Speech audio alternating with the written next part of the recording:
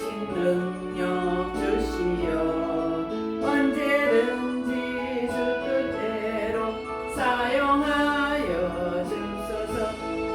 주여 내게 성령으로 충만하게 채우사 생명수가 강물처럼 흐르게 하옵소서. 나를 일꾼 삼으신 주 크신 능력 주시어 언제든지 주 뜻대로 사용하여 줍소서.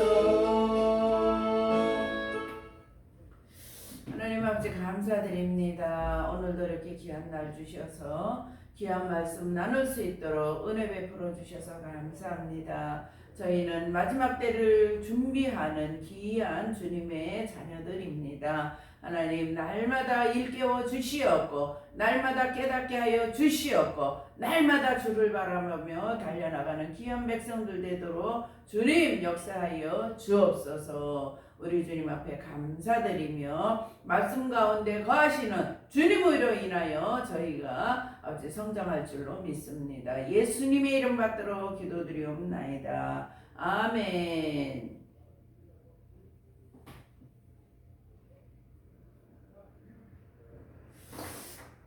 네, 오늘은 죄의 법칙, 죄성의 법칙에 대해서 우리 나눠보겠는데 굉장히 중요합니다. 죄성의 법칙. 로마서 7장 18절에 보면 로마서 7장 18절에 보면 내 소 곧 내 육신에 선한 것이 거하지 아니하는 줄을 아노니 원함은 내게 있으나 선을 행하는 것은 없도다. 원함은 내게 있으나 우리의 생각은 착한 일을 해야지 좋은 일을 해야지 이런 생각은 있으나 선을 행하는 것은 없노라. 이렇게 로마서 7장 18절에 말씀하셨어요. 선을 행할 원함은 있으나 기회만 주어주면 죄를 짓게 되는 것을 고민하며 깨달은 것은 나는 선을 행할 능력이 없다라는 것을 깨닫는 것입니다. 예, 나는 선한 일을 행할 능력이 없다. 선을 행할 능력이 애초에 내게는 없구나 하는 것을 그걸 깨닫는 것이 인간의 원초적인 그 심령에 깔려 있는 것이거든요. 근데 그렇게 깨닫습니까? 나는 선하다, 나는 잘못한 것이 없다. 누구나가 그렇게 자기 변명에 평생을 살아가고 있죠. 항상 그런 것이 아니라 기회가 주어질 때에 어떤 사람이 기분 나쁜 말을 하거나 무례하게 반말을 할 때 순간 악감정에 지배를 받으면서 죄를 짓게 한다 하는 것입니다. 사도 바울이 죄로 고민하다가 깨달은 결론, 즉 자신에게는 선을 행할 능력이 없다 하는 것을 로마서 7장에 아주 구구절절히 쓰여 있습니다. 구구절절히. 예. 죄로 고민하다가 그 죄가 뭐라 그랬죠? 우리가 육신으로 짓는 죄라 그랬습니까? 아닙니다. 육신으로 짓는 죄가 아니라 생각으로 짓는 죄, 마음으로 짓는 죄. 그것 때문에 사도 바울이 괴로운 거예요. 그것 때문에. 예. 그래서 이렇게 로마서 7장 20절을 보면 만일 내가 원치 아니하는 그것을 하면 이를 행하는 자가 내가 아니요 내 속에 거하는 죄니라. 만일 내가 원치 아니하는 그것을 하면 이를 행하는 자가 내가 아니요 내 속에 거하는 죄니라. 영지주의자들이 만일 내가 원치 아니하는 그 죄를 만약에 짓게 된다면 그 죄를 짓게 한 것은 내가 아니고 내 속에 거하는 죄로 인해서 행동으로 죄를 짓는 것이다. 그렇게 합리화시키면서 무엇을 완성했어요? 합리화시키면서 인간은 육신은 더럽고 영혼은 깨끗하다. 그런 이원론의 주장을 여기서 못 박았습니다. 예. 그래서 만일 내가 원치 않은 내 속에 있는 죄성, 그걸로 인해서 지은 죄는 뭐예요? 내가 아니라는 거예요. 내가. 내 본심이 아니고 내 생각이 아니고 나는 죄 지은 것이 없다. 그냥 내가 아닌 내 속에 거하는 그 죄로 인해서 죄성이 나와서 죄를 짓게 됐다. 그렇게 얘기하는 것입니다. 예, 누가요? 예, 모든 인간이 다 그렇지만 그 중에서 특별히 누구?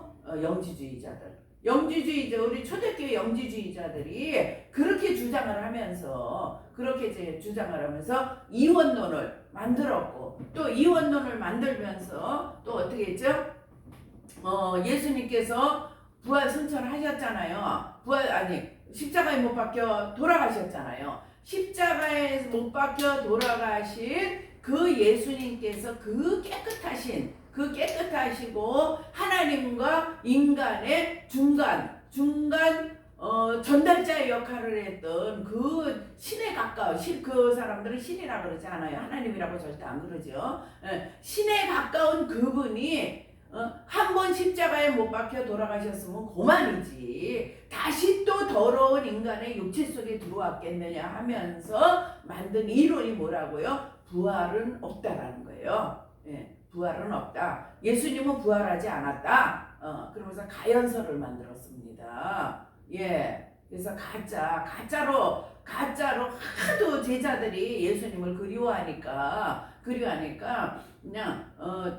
가상적으로 나타났던 현상을 그걸 이렇게 사실로 받아들였던 그런 받아들였다고 가연설을 만드는 것입니다. 이 말씀이 굉장히 중요해요. 만일 내가 원치 아니하는 그것을 하면 이를 행하는 자가 내가 아니요 내 속에 거하는 죄니라. 내가 아니요, 요 말이 너무너무 중요하죠. 요 말이 나는 선을 행하려고 했고, 나는 착한 일을 하려고 했고, 나는 부모님에게 효도하려고 했고, 나는 가족들을 잘 섬기려고 했고, 하나님을 잘 섬기려고 했는데 내 속에 거하는 죄가 그걸 못하게 하고 죄 짓는 곳으로 나를 끌고 다녔다. 죄 짓는 행동이 나오게끔 했다. 그래서 나는 죄가 없다는 거예요.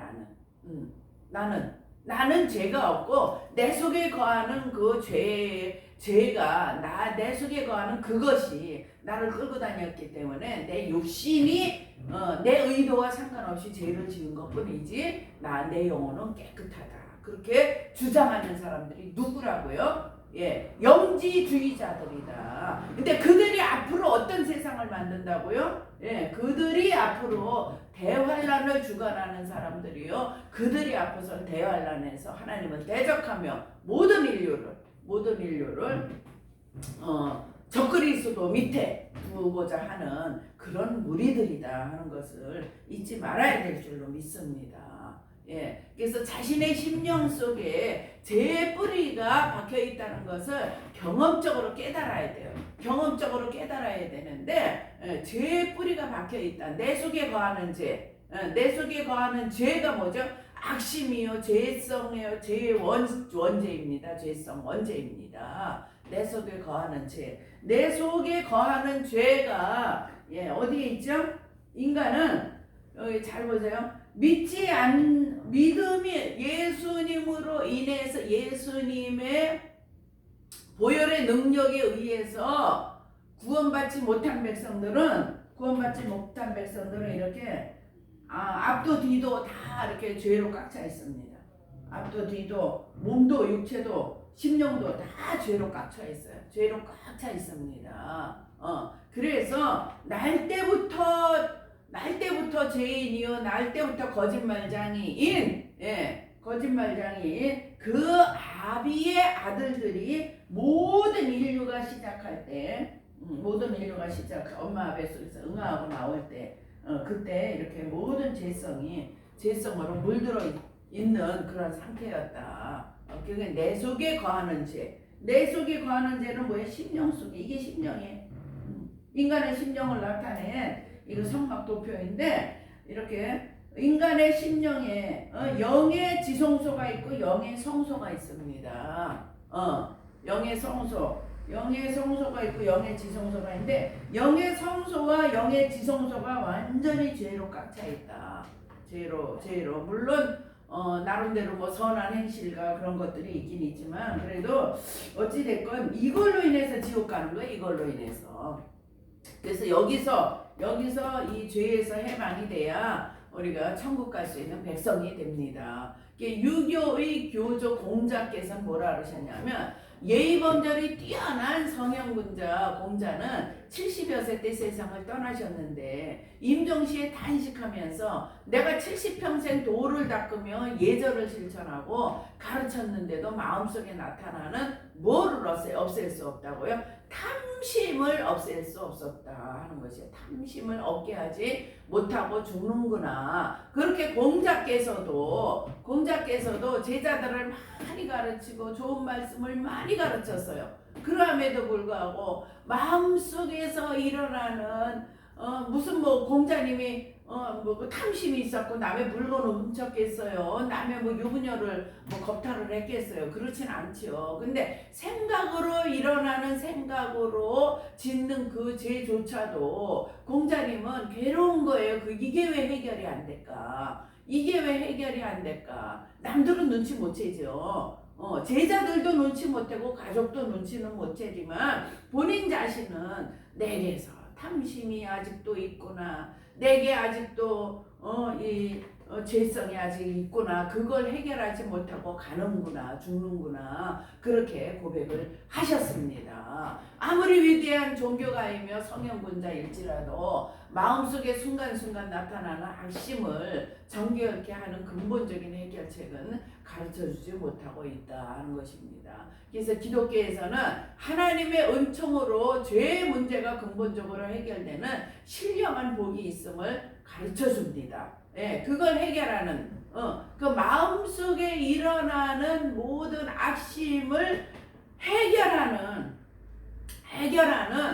그 은총을 어디에서만 만날 수 있다고요? 기독교에서만 만날 수 있다는 것입니다. 예, 그런 하나님의 은총으로 죄 문제를 근본적으로 해결하는 그 신령한 복이 교회 안에만 있고 기독교에만 있다 하는 것을 우리는 잊지 말아야 될 줄로 믿습니다. 그래서 교회 다니는 거예요. 그래서 교회 다니는 사람들이 착하게 살아보려고 얼마나 애를 씁니까? 물론 다른 종교도 마찬가지예요. 근데 착하게 살으려고 애를 쓴 거와 그 돌을 닦는다 그러죠. 돌을 닦고 득도한다 그러죠. 근데 애를 썼지만 공자께서도 탐심을 없애지 못하고 죽는구나 하고 고백할 정도로 인간의 죄성은 뿌리 뽑기가 어렵다 하는 것이 인간의 죄성은 뿌리 뽑기가 어려운데 그렇다면 그 예수 믿는 사람들은 믿자마자 그 죄성이 뿌리 뽑히냐? 그렇지 않죠. 믿자마자 뿌리 뽑히는 것이 아니라 믿음을 예수님을 영접할 때 심령 속에 영적인 불이 들어온다는 거예요. 구원받은 백성으로 지옥은 안 가요. 무엇으로? 내 죄를 대신해서 예수님께서 십자가에 못 박혀 돌아가셨기 때문에 그걸 믿음으로 인해서 그 믿음 갖고 지옥 백성은 안 됩니다. 지옥 백성은 아니에요. 천국으로 갈 수 있는 이름을 이제 초등학교 1학년 아니면 요즘 뭐 유치원이 유아원서부터 시작하면 3, 4년 다니니까 거기 이름이 걸려져 있는 거예요. 이름이 걸려져 있고 그 다음에 그 이름이 언제라도 떨어져 나갈 수 있다. 언제라도 강해연단 가정 중에 두렵고 떨림으로 구원을 이루어가는 과정 중에 언제라도 그 이름은 흐려질 수 있고 떨어져 나갈 수 있고 퇴색될 수 있다 하는 것을 알아야 될 줄로 믿습니다. 로마서 7장 21절에 보면 그러므로 내가 한 법을 깨달았노니 그 선을 행하기 원하는 나에게 악이 함께 있는 것이로다. 한 법을 깨달았어요. 한 법을 깨달았는데 나는 정말 선을 하고 싶어요. 무엇이든지 완벽한 하나님의 정말 칭찬받는 자녀가 되기를 원해요. 근데 하루에를 다 살고 나서 저녁에 나를 성찰하면서 보면은 글쎄 나에게 악이 함께 있구나 한 것 때문에 곤고하게 나는 죄인 중에 괴수로다 고백할 수 있는 그런 사도 바울이 사도 바울과 같은 우리 마음을 가져야 되거든요. 그게 로마서 7장에 그렇게 곤고한 자로다. 나는 곤고한 자로다. 나는 죄인이로다. 그렇게 얘기를 하는 것입니다. 그래서 한 법은 곧 뭐예요? 죄의 법을 깨달았다는 거예요. 죄의 법. 그래서 로마서 7장 23절, 25절에 나오는 죄의 법을 말하는데 그 죄의 법, 죄성의 법칙을 구체적으로 말하면 아주 참아보려고 애를 썼어요. 참아보려고 애를 썼는데 참다 못해서 3번 참으니까 못 참겠어. 나 참을 만큼 참았거든. 너 선을 넘었어. 이제 내 손맛 좀 볼래? 너 나한테 한번 복수를 당해볼래? 그리고 죄성의 법칙에 의해서 팍 이제 폭발하는 경우가 있죠. 그리고 또 여기 또 어떤 남자는 부인을 너무 사랑해서 부인의 약점까지도 정말 나는 너의 모든 것을 사랑하기 때문에 결혼한다 했는데 그 부인이 착하고 뭐든지 잘해요. 뭐든지 잘하는데 글쎄 또 뭐가 있냐면 아무한테나 막 웃네. 아무한테나 그냥 친절하니까 웃고 아무한테나 친절해서 그냥 하다 보니까 뭐 남자고 여자고 부인은 그런 마음이 전혀 없어요. 근데 그 남자고 뭐라고 어떻게 해요? 눈에서 불이 나오는 거예요. 눈에서 불이 나요. 예, 나한테만 잘하라고 외간 남자한테 그렇게 웃음을 흘리고 외간 남자한테 친절하냐고 그러면서 이렇게 죄성의 법칙이 올라온다. 죄성의 법칙이 올라온다. 그리고 또 어떤 여자가 또 미스 코리아 대회에 나가서 또 1등을 했어요. 또 어떤 남자가 또 미스터 코리아 나가서 1등을 했어요. 그러면 어떻게 돼? 그냥 막 너무너무 그냥 나를 자랑하고 싶고 나의 이 모습을 많은 사람들에게 좀 보여주고 싶고 알려주고 싶고 누가 좀 나를 인정하는 좀 말을 좀 해줬으면 좋겠고 하는 그런 명예심이 또 확 높아져가는 것을 볼 수가 있습니다.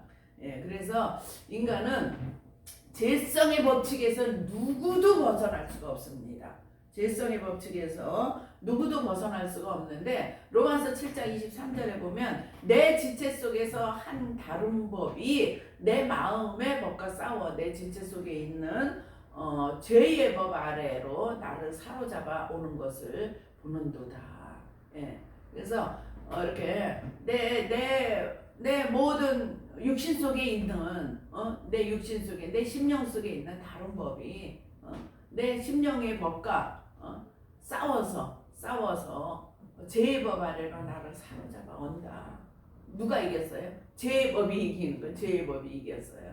로마서 또 7장 24 그 다음 절에 뭐라 나는 곤고한 사람이로다. 이 사망의 몸에서 누가 나를 건져내랴.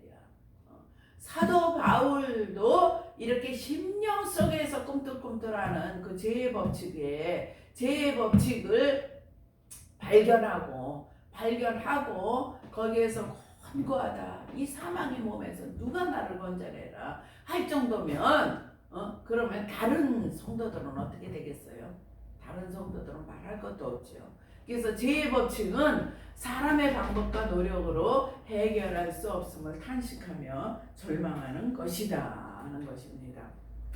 우리가 죄의 법칙을 보면은 교만의 법칙, 자랑의 법칙, 남을 무시하고 천대하고 경시하는 법칙, 자고하는 법칙, 포악의 법칙, 그 다음에 분노의 법칙, 또 미움의 법칙, 짜증내고 원망하고 불평하는 법칙, 또 혈기의 법칙, 신경질 내는 법칙, 성냄의 법칙, 욕설하는 법칙, 비방하는 법칙, 음욕의 법칙, 또 호색하는 법칙, 태만의 법칙, 질투, 시기, 아집, 이기주의, 억지 부리고 고집 부리고 기만의 법칙, 중상 모략하는 법칙. 예. 이런 법칙들이 인간의 심령 속에 가득합니다. 가득해요.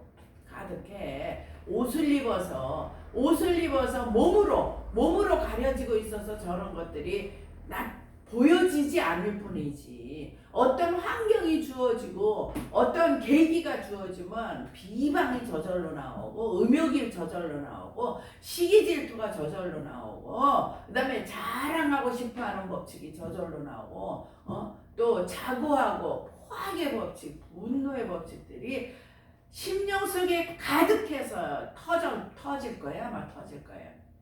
그래서 그것들이 저절로 죄의 법칙이 돼서 퐁퐁퐁 나온다 하는 것입니다. 예.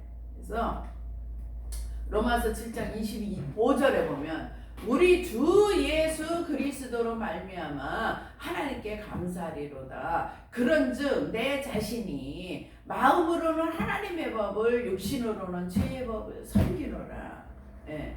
마음으로는 하나님의 법을 육신으로는 죄의 법을 섬기노라. 그래서 이 말씀은 죄의 법 때문에 극심하게 고민하던 문제가 예수 그리스도의 속죄 은총으로 죄에서 완전하게 해방되는 경험을 말하는 것입니다.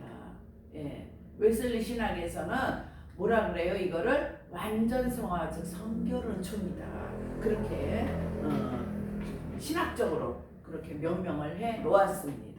그래서 예수 그리스도의 속죄 은총으로만 죄에서 완전하게 해방되는 그런 경험을 누구라도 가져야 될 줄로 믿습니다. 예, 우리가 여기 이제 이렇게 심령에서 여기 보면은 이제 아주 불신자예요. 완전한 불신자는 몸도 마음도 보기에는 그 사람 엄청 착해. 보기에는 엄청 착하고 선한 일을 많이 해요. 그런데 그 속에 뭐가 있다고요? 그 속에 이렇게 정욕이 가득 차고 실성이 가득 찼다. 심령의 성소, 심령의 지성소 속이 완전히 가득 찼다는 거예요. 예. 그런데 그때 이제 하나님께서 긍휼함을 베풀어 주셔서 그 영혼을 구원하시기로 작정하셨어요. 작정하셨으면 이제 성령이 들어와야 되잖아요. 성령이 들어와야 되는데 성령이 어디로 들어오느냐? 예, 성령이 여기 성소에 들어옵니다. 영의 성소에 있는 기관인데 여기는 지정의가 있어요. 지정의. 예, 지정의가 있는데 이 지정의에 여기 떡상이 있고 또 여기 또 떡상이 있고 등대가 있고 분향단이 있고 이 지정의에 이제 예수님의 복음이 씨앗으로 뿌려집니다. 예수님의 복음이 씨앗으로 뿌려지는 것이 성령이 들어온 거예요. 성령이 들어왔습니다. 성령이 들어오고 나면 여기 심령에 불이 딱 켜집니다. 불이 등대에 불이 켜지면 양심을 상징하는 등대에 불이 딱 켜지면서 심령의 불이 딱 켜집니다. 심령의 불이 딱 켜지면서 하나님의 말씀이 믿어져요. 그리고 하나님의 말씀대로 살고 싶은 마음이 생겨요. 그리고 또 어떻게 하면 내가 예수님을 닮아갈 수 있을까 하는 마음이 생긴다는 것입니다. 그래서 여기 지정의가 밝아지면서 심령에 불이 딱 들어오면 그때부터 하나님께서 공급하시는 그 모든 것을 받아들일 수 있는 마음의 준비가 되고 문이 열려 있다. 마음의 문이 열리기 시작한다 하는 것입니다. 예. 그래서 여기 초록색 나타나 있죠. 초록색은 영에 속한 부분입니다. 영에 속한 부분이고 우리 여기 밤색 있잖아요. 밤색은 육에 속한 부분이에요. 육에 속한 부분. 육에 속한 부분이고 그다음에 내 이름을 경외하는 너희에게는 의로운 해가 떠올라서 치료하는 검성을 바라리니 우리가 말라기서 4장 2절에 그렇게 쓰여 있잖아요. 예. 그래서 의로운 해가 이제 떠오르기 시작했어요. 의로운 해가 강선을 바란다. 이게 겉사람은 후패하나. 겉사람이 뭐야? 육신이잖아요. 육신. 예. 육신과 정욕. 육신과 정욕은 후패하나 우리의 속사람은 날로 날로 새로워진다. 우리의 속사람은 날로 날로 새로워진다. 고린도후서 4장 16절에 그렇게 말씀하고 계십니다. 이렇게 말씀하고 계십니다. 그래서 로마서 8장 생명과를 먹은 성도들의 경험을 보자면 그러므로 이제 그리스도 예수 안에 있는 자에게는 결코 정죄함이 없나니 이는 그리스도 예수 안에 있는 생명의 성령의 법이 죄와 사망의 법에서 너를 해방하였음이니라.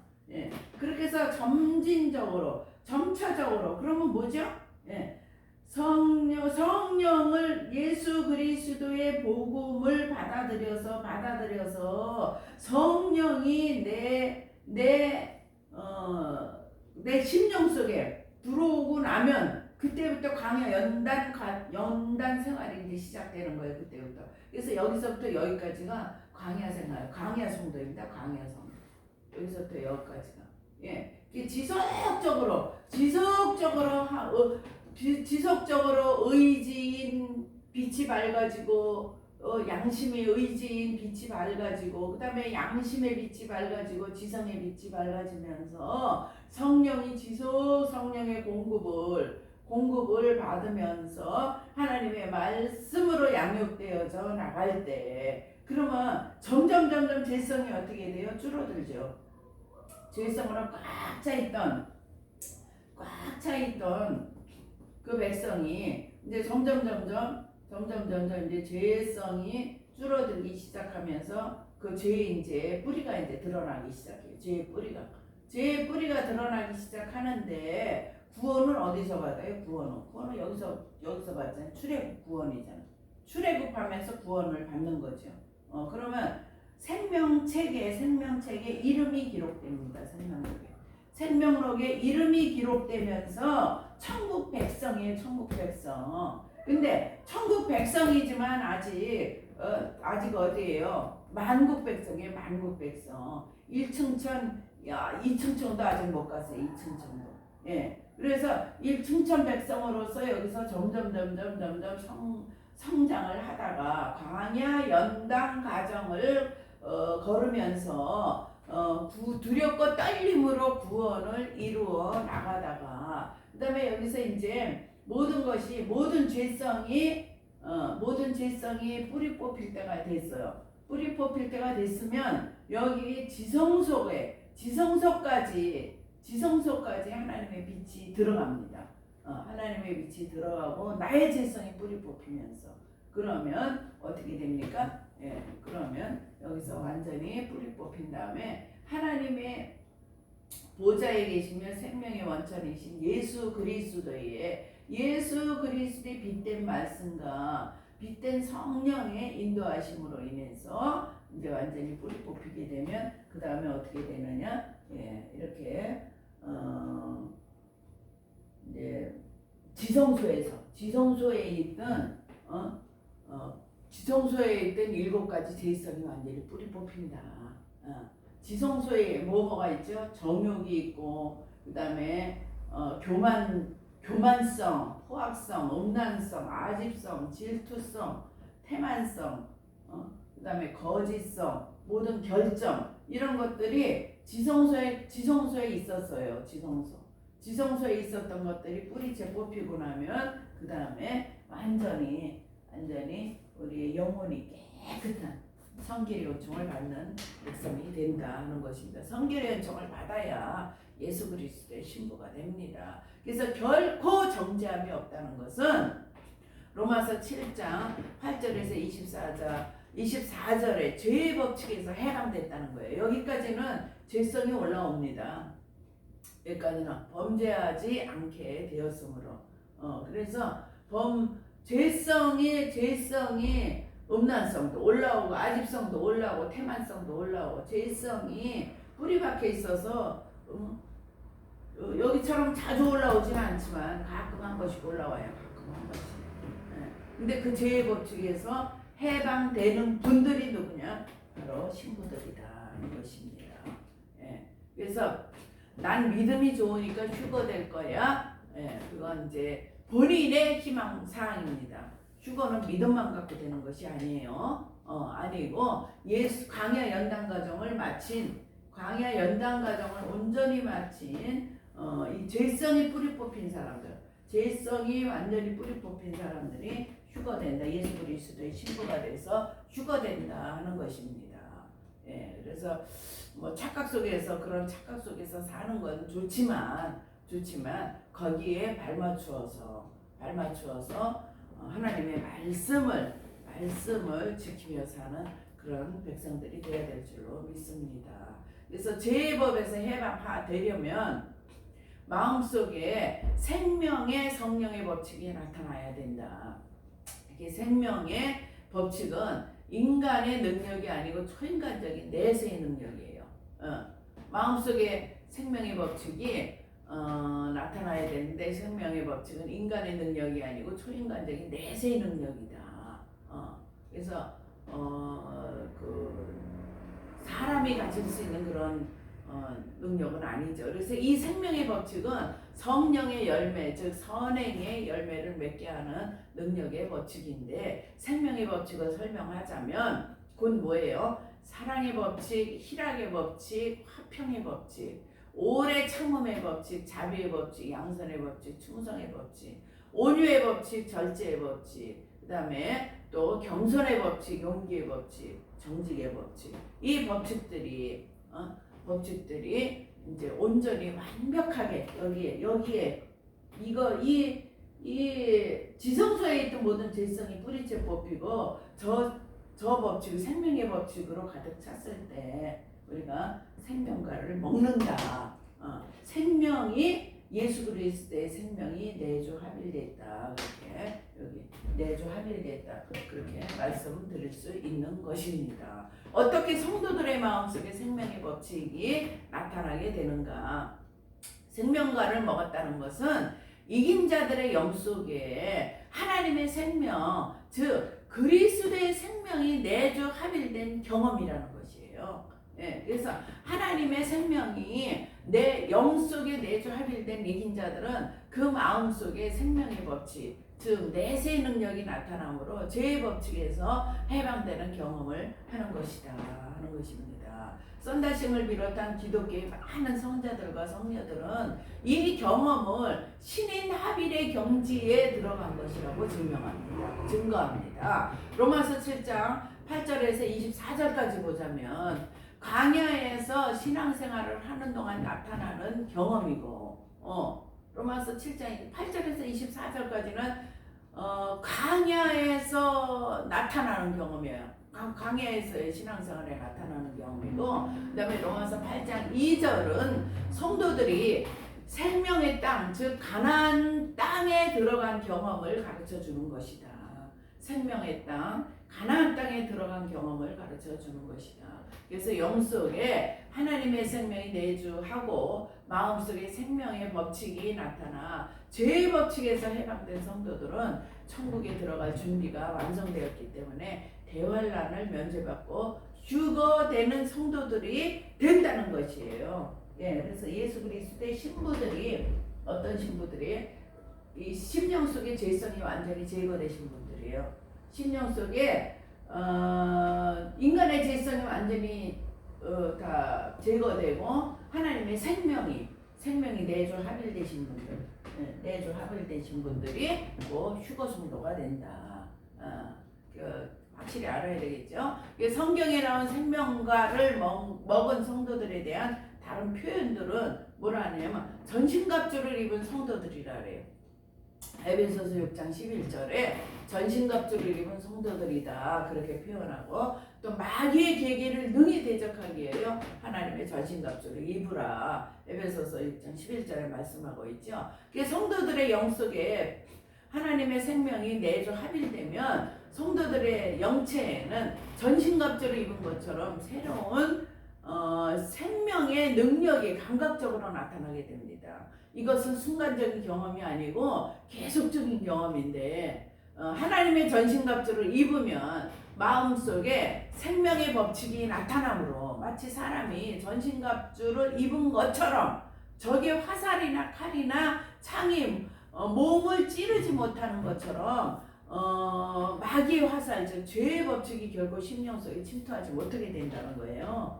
예, 이렇게 해서 죄성이 완전히 제거되고 예수 그리스도의 생명이 내주합일되면 여기는 전신갑주를 입은 것처럼 전신갑주를 입은 것처럼 어떤 아집과 음욕과 포악과 교만과 그 다음에 모든 인간의 결정, 거짓과 태만과 질투성, 이 모든 정욕들이 여기를 침투하고 싶어도 튕겨져 나간다는 거예요. 튕겨져 나간다는 거예요. 그래서 어떤 죄성으로 그 사람을 괴롭혀도 뭐만 나와요? 사랑만 나와요. 사랑만.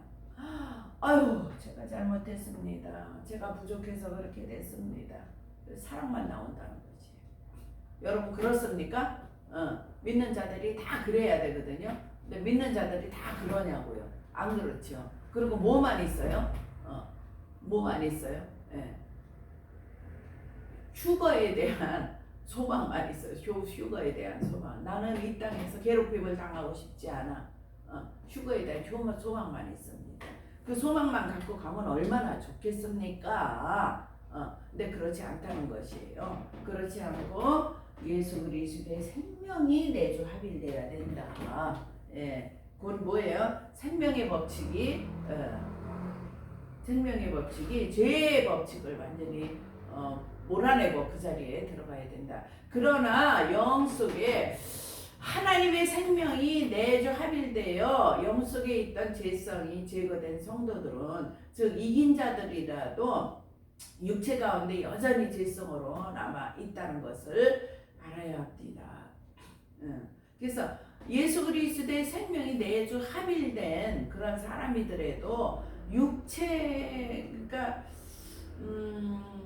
뭐라 그럴까요? 뼈속에 그 수십 년간 쌓여 있는 그 정욕들이 뼈속에, 피속에, DNA 속에 남아 있다 그럴까요? 예, 그것마저 이제 벗어 던져야 되는데, 그런 걸로 육체 가운데 남아있는 죄성의 법칙이 마음을 지배하려고 하지만 이긴 자들은 생명의 전신갑주를 입었어요. 그래서 죄가 뚫고 들어오질 못해요. 죄성의 법칙이 마음속에 침투하지 못하는 것입니다. 그래서 로마서를 기록한 사도 바울은 분명히 하나님의 전신갑주를 입은 경험을 했기 때문에 로마서 8장 2절의 말씀을 할 수 있었던 것입니다. 예. 철로역장의 저자 존 번연도 장망성을 출발할 때 전신갑주를 입은 것이 아니고, 그러니까 뭐예요? 우리가 구원받자마자 이제 여기에요. 구원받으면 여기잖아요. 그러면 여기서 전신갑주를 입은 것이 아니고 감난산 꼭대기에 있는 미궁에 들어갔을 때 전신갑주를 입게 되었다는 증거입니다. 또한 어거스틴도 하나님의 생명이 영 속에 내주 합일되면 온몸에 신비로운 생명의 감각이 계속적으로 나타난다고 증거한 것을 보면 어거스틴도 뭐예요? 살았을 때 하나님의 생명을, 예수 그리스도의 생명을 맛보고 여기 익은 열매가 되지 않았나 하는 것입니다. 또 교회 시대 이긴 자들은 땅에 살면서 하나님의 전신갑주를 입은 성도들이다. 하나님의 생명이 심령 속에 내주 합일된 성도들이다 하는 것을 우리는 분명히 알아야 될 줄로 믿습니다. 그러면 내 심령 속에 죄성이 보글보글 끓어올라온다. 그러면 뭐예요? 나는 휴거되기 아직은 조금 더 강해야 한다는 과정이 필요하다 하는 것입니다. 그래서 또 두 번째 입맞은 정도를 이렇게 보자면 계시록 7장 1절에서 4절에 이일 후에 내가 내 천사가 땅 내 모퉁이에 선 것을 보니 땅의 사방에 바람을 붙잡아 바람으로 하여금 땅에나 바다에나 각종 나무에 불지 못하게 하더라. 그래서 또 봄에 다른 천사가 살아계신 하나님의 인을 가지고 해 돋는 데서부터 올라와서 땅과 바다를 해롭게 할 권세를 얻은 네 천사를 향하여 큰 소리로 외쳐 가로되, 우리 하나님의 종들의 이마에 인치기까지 무슨 소리예요? 하나님의 종들의 이마에 인치기까지 광야 연단을 다 마치고 광야 연단 과정을 다 마치고 제성이 뿌리 뽑힌 주의 백성들, 주의 신부들에게 인치기까지 땅이나 바다나 나무나 해하지 말라 하더라. 내가 입맞은 자의 수를 들으니 이스라엘 자손의 각 지파 중에서 입맞은 자들이 14만 4천이니라. 뭐라 그랬죠? 하나님께서 입맞은 자들의 수, 각 지파 중에서 입맞은 자들의 수 14만 4천.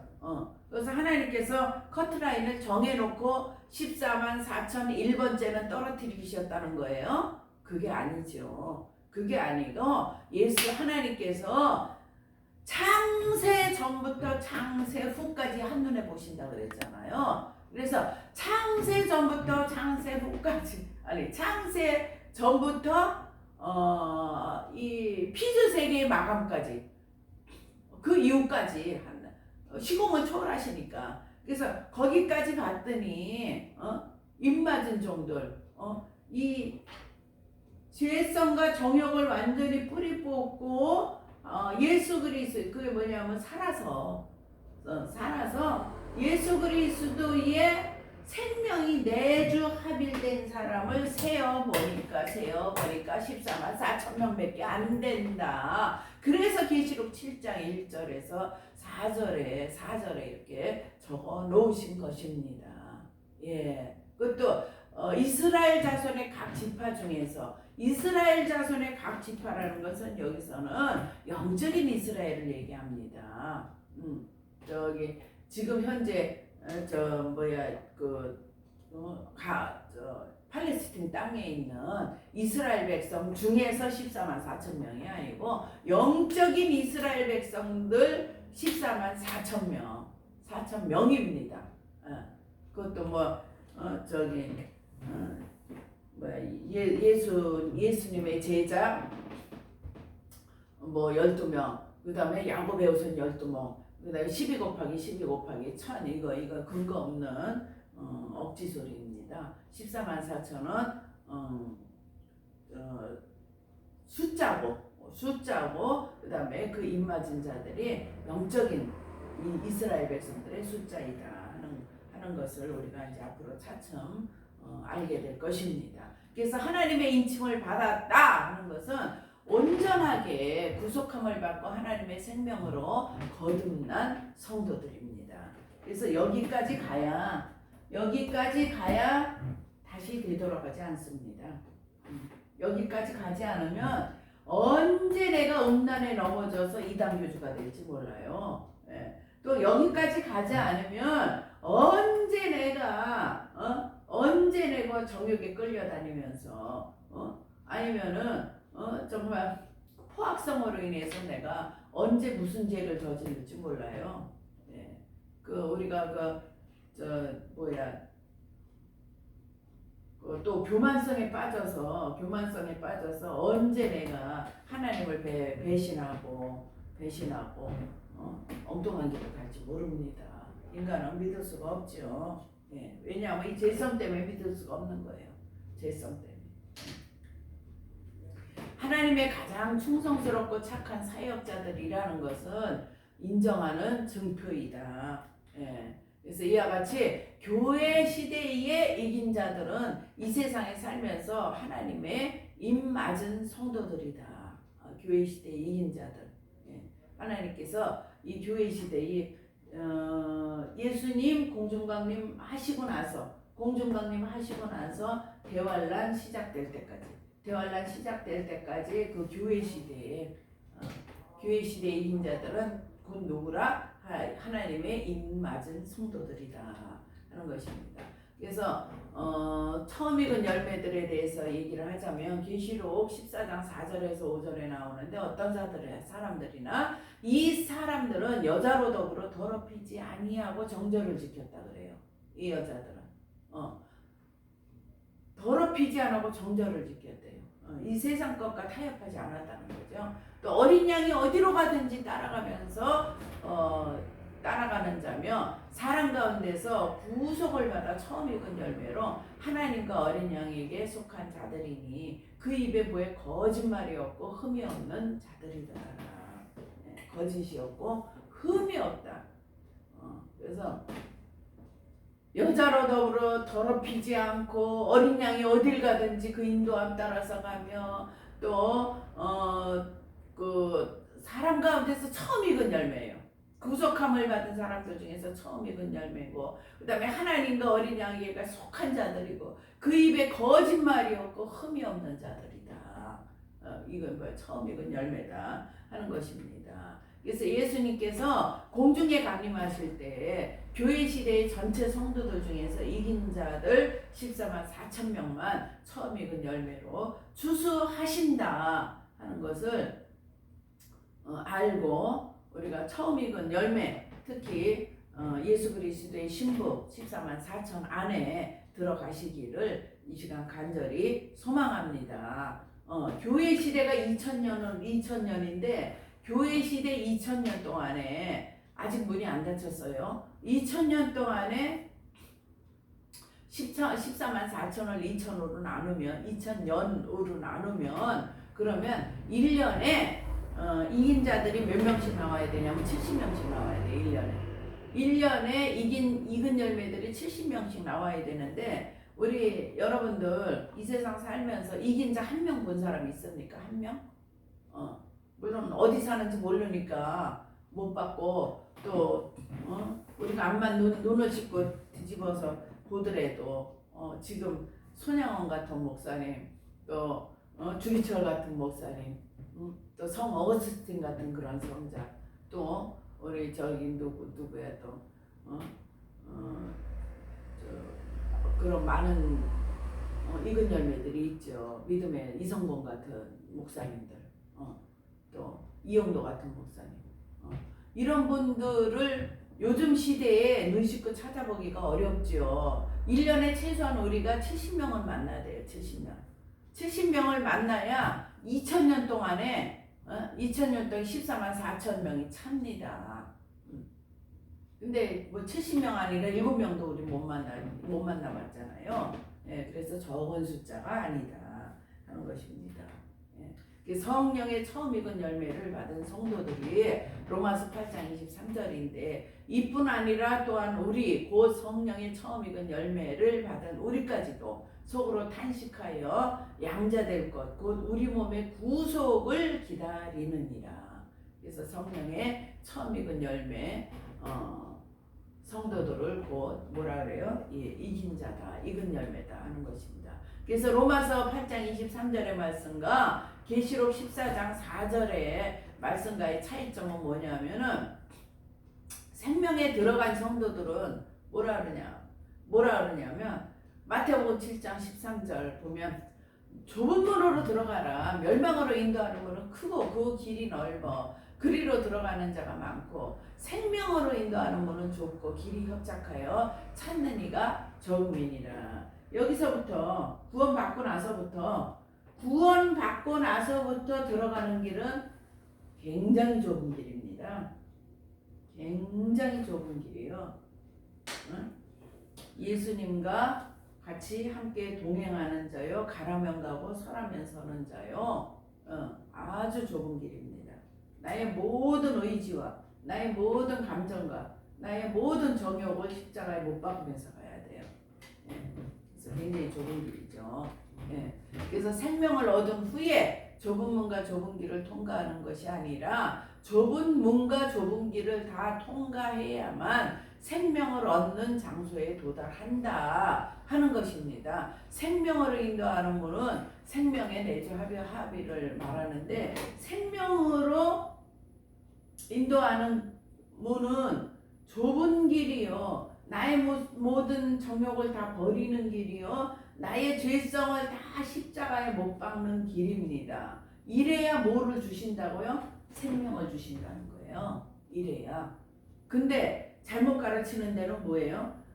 이 예수 그리스도의 생명이 지성소 안에 먼저 들어왔어요.